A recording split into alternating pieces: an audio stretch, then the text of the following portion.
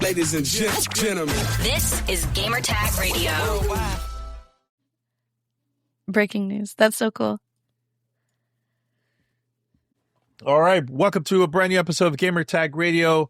Still, we have so much content from Summer Game Fest. Make sure to check it out. We have over 20 episodes, different episodes from interviews and hands-on impressions, and also hands-off presentations, impressions also that we talked about here on Gamertag Radio. Now, before we go to our next topic here, breaking news, it's official. Gamertag Radio already hit 4 million listens on Audio Boom alone. Yay! In total, 14 million lifetime listens since the launch of GTR. So I just want to say thank you. Thank you to everyone that have been listening. Even if it's just one episode, whatever, it's still supporting. So thank you so much for the support.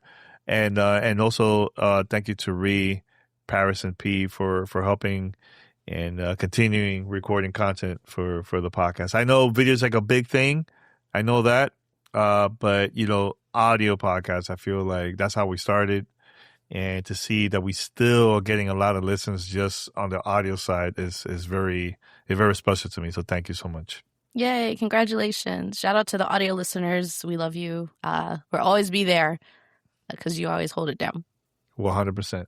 All right, Ree, we have a next topic here. Day of the Devs. Day of the Devs, indeed. There were so many amazing looking games in Day of the Devs this year, 2026 at Summer Game Fest. So the 4 that I actually got to put my hands on over the past weekend were Lazy River, Shot 1 Fighters, Screenbound, and D-Topia. So I can talk about those 4, and I'm excited to get into it.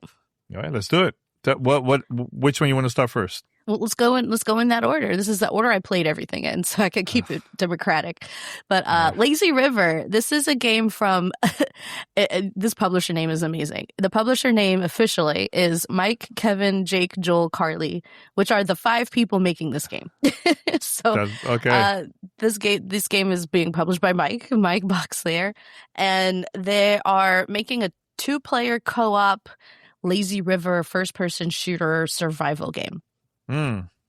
Okay. That's it. So essentially the premise of Lazy River is that this is an infinite lazy river, and at some point somebody peed in the pool, and when you pee in this water it turns people into zombies.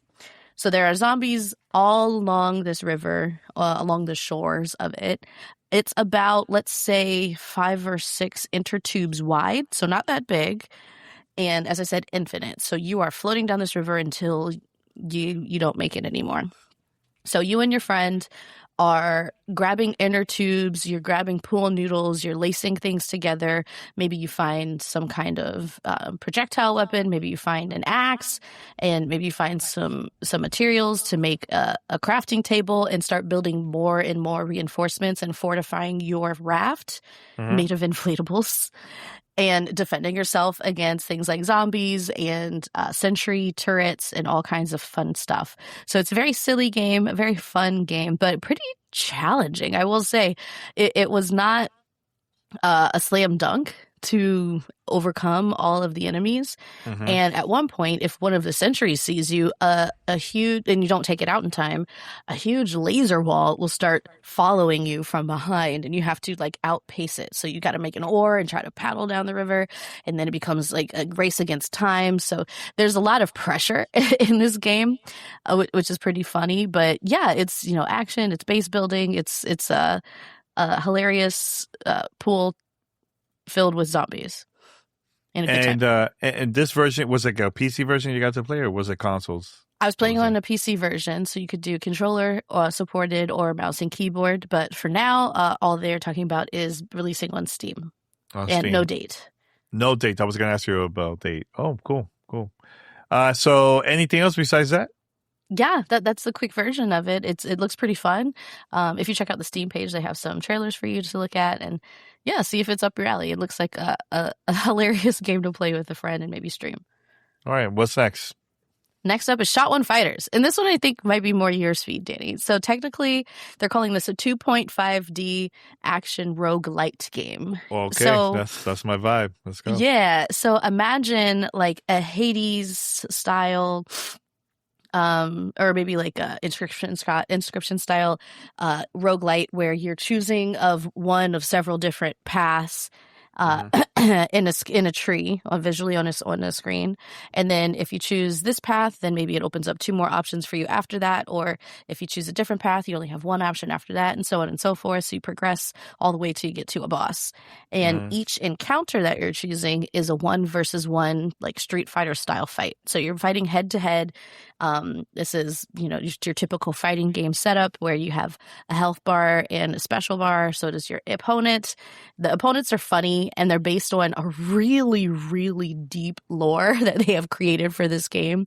Many different worlds, many different hierarchies of power, and there's even something that I think you popped up. A place where you can select different specials. It was like a vending machine, but it had things in there like tuna flavored soda. So if you drink it, you might get sick and throw up. Or there was an evil steak, which gives you a health boost, but it's evil. So what does that mean? So there's just some hilarious things in the game, and it's very tongue in cheek, but the fighting is pretty decent. So essentially you come in with a very limited amount of move sets and combos.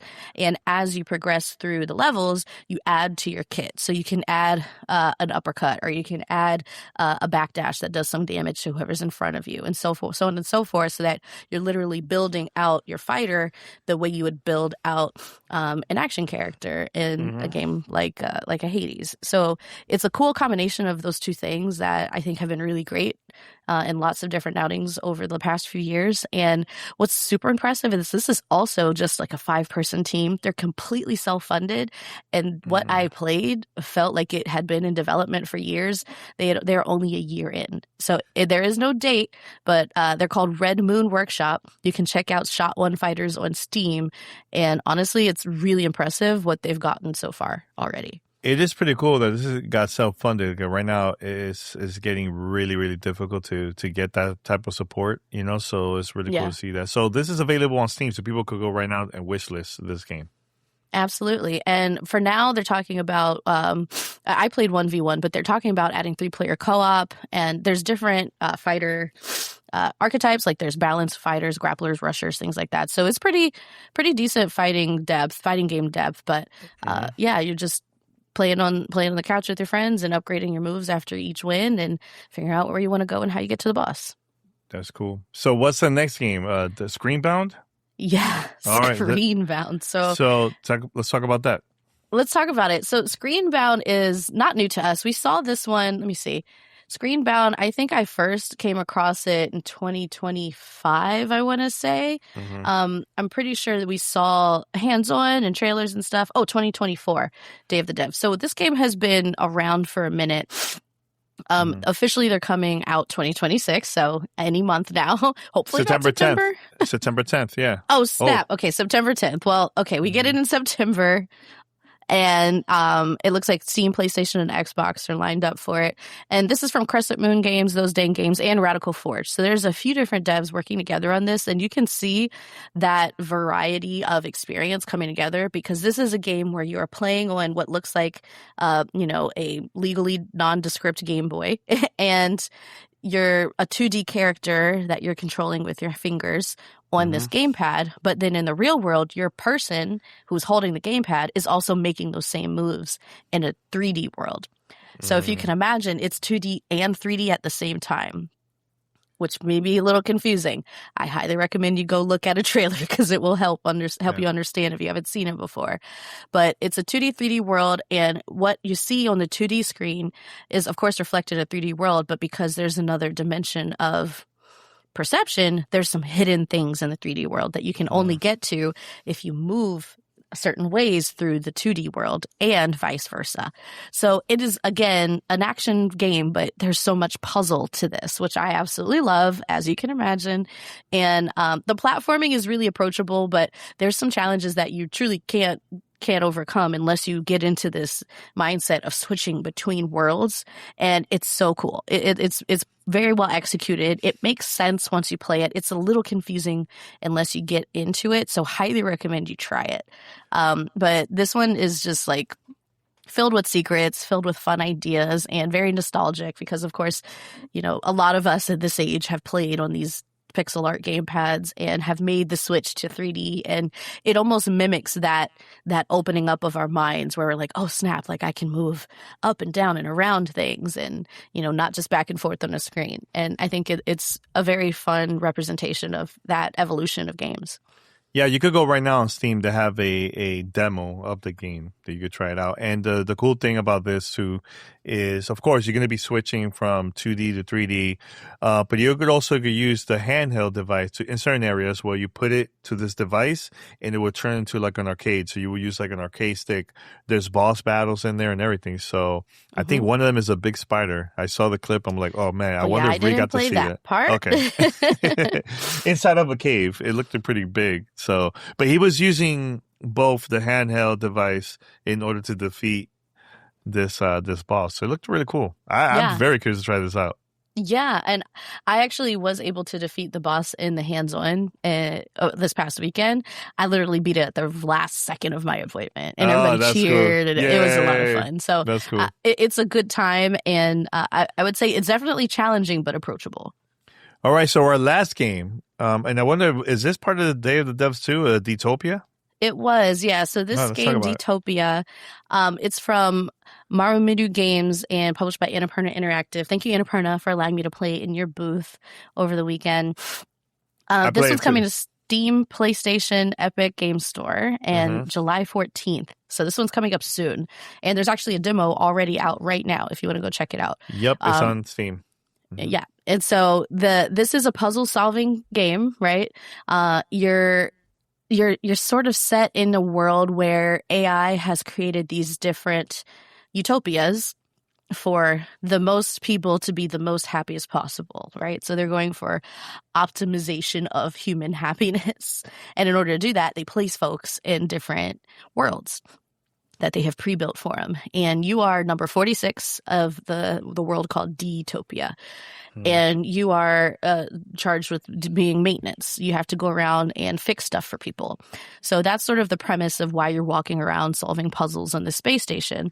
And it's got a very relaxing, very, doctor's office kind of vibe to it where, there's some soft music playing. There's lots of soft colors everywhere, but there's definitely something else going on. And you can get that sense of dread and sort of foreboding pretty early on.